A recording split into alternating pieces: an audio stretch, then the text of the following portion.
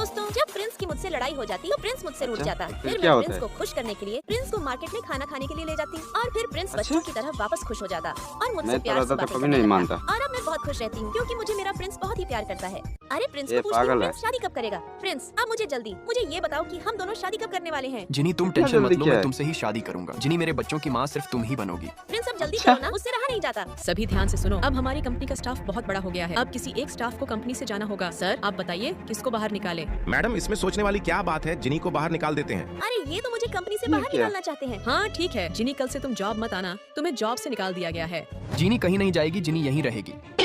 मैंने ये क्या कौन बोला, है? सुन गया ना? बॉस आप यहाँ। अरे ये तो प्रिंस है, लेकिन प्रिंस कंपनी का सीईओ कब बन गया? सभी स्टाफ ध्यान से सुनो, मैं जिनी का बॉयफ्रेंड अच्छा? हूँ और इस कंपनी का सीईओ भी हूँ। जिनी इस कंपनी से नहीं जाएगी। झंडू तू बाहर निकल। मेरी जिनी को कंपनी से निकालना चाहता था ना? जैसी करनी आज वैसी दोस्तों, प्रिंस ने भरनी। मुझे सरप्राइज दिया। मेरा प्रिंस तो कंपनी का सीईओ है। अब मैं बहुत खुश हूँ। अब मैं प्रिंस से जल्दी ही शादी कर लूंगी।